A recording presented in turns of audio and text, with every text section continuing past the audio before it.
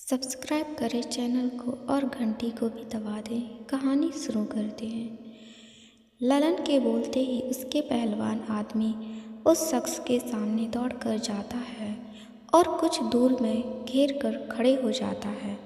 फिर पहले आदमी हाथ उठाता है मारने को तो वो अजनबी शख्स पहले पहलवान के साथ हाथ पकड़कर रोकता है और अपने दूसरे हाथ को एक मुक्का उसके जबड़े के पास मारता है। फिर दो आदमी आता है तो दोनों की हाथ को पीछे से घुमाकर अपने दोनों बगल में दबा लेता है। फिर चौथा आदमी को सीधे लात से मारता है। फिर जो अपने बगल में दबाए दो आदमी को छोड़ते हुए कोहनी में मारता है। ऐसे वहाँ पर सभी आदमियों को मारता है।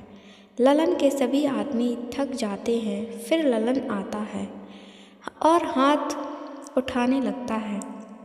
वो सब पलक झपकाते ही ललन के हाथ को तेजी से पकड़कर मोड़ते हुए अपने बगल में दबाता है और फिर बोलता है उसके कान में, मैं तो सिर्फ पता करने आया था कि पंडित के ऊपर हमला करने में और कौन कौन शामिल है। मुझे बता दो, मैं चला जाऊंगा। ललन के गर्दन पर उस शख्स की कलाई दबाने लगी थी। ललन हाँफते हुए अपने आप को छुड़ाने लगते हैं और कहता है वो लोग कोई जगत पाल खुराना का आदमी है। 2 लाख रुपए दिए हैं पंडित को परेशान करने के लिए।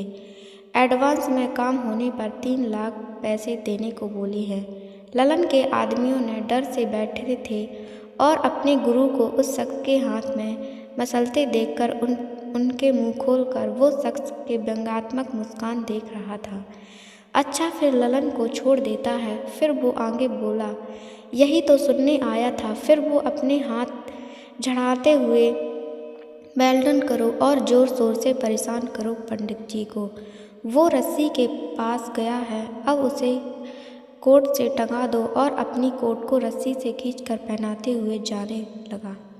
ललन जमीन पर गिरकर बैठा था। फिर उस शख्स को जाते देखकर पूछा, तुम कौन हो, बताओ।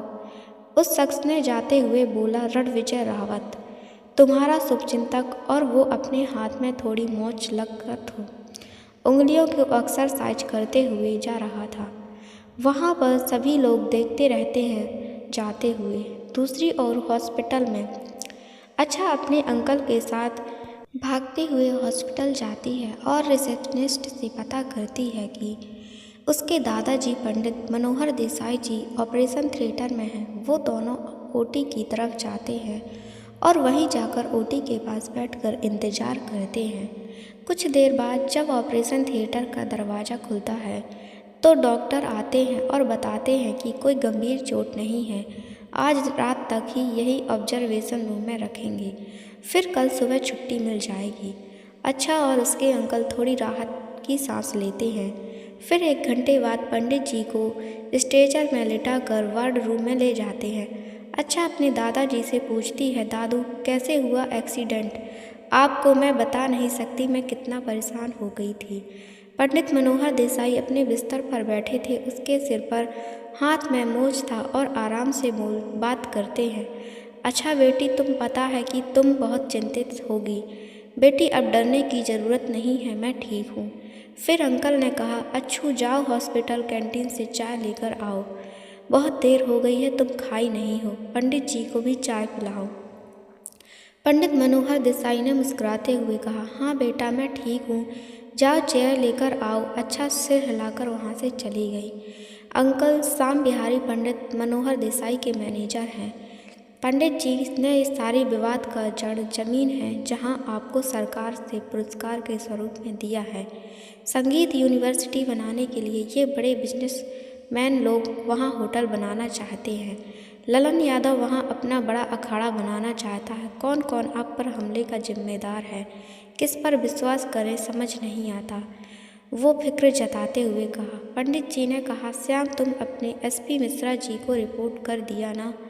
श्याम बिहारी ने कहा, हाँ पंडित जी, उसके एक्सीडेंट के बारे में सुना और उन्हें जानकारी दे दिया था। वो वहीं इन्वेस्टिगेशन पर थे, ऑन द स्पॉट में। पंडित जी ने आगे कहा, हाँ मिश्रा जी मेरे अच्छे हमदर्द हैं। उससे कोई बात नहीं छुपी, वो हैंडल कर लेगा। तभी MP मिश्रा अपने पुलिसकर्मियों के साथ आते हुए दरवाज़ा को नॉक करते हैं। अंदर आते हुए पूछा, कैसे हैं आप सर?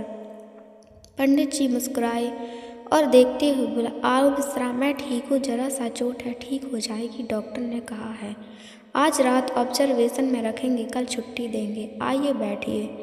MP मिश्रा ने आगे कहा, चेयर पर बैठते हुए। अच्छी बात है, और अच्छा कहाँ है? वो यहाँ नहीं है। श्याम बिहारी ने कहा, जी वो चाय लेने गई है, आती होगी। फिर MP मिश्रा ने कहा, सर आपके एक्सीडेंट का राज खुला है। वो कोई एक मिस्टर खुराना की तरफ से किसी आदमी ने हमला करवाया है। ट्रक ड्राइवर ने कबूला है कि वो खुराना का आदमी है। कहानी अभी बाकी है। पाठकों को सूचित करती हूँ कि ये कहानी बिल्कुल काल्पनिक है। इसमें किसी नाम या समुदाय से ताल्लुक़ नहीं है। यह केवल मनोरंजन के लिए लिखा गया है। धन्यवाद। सब्सक्राइब करें चैनल को आगे की स्टोरी देखने के लिए। वीडियो को लाइक करें, शेयर करें, कमेंट करें। Thanks for watching.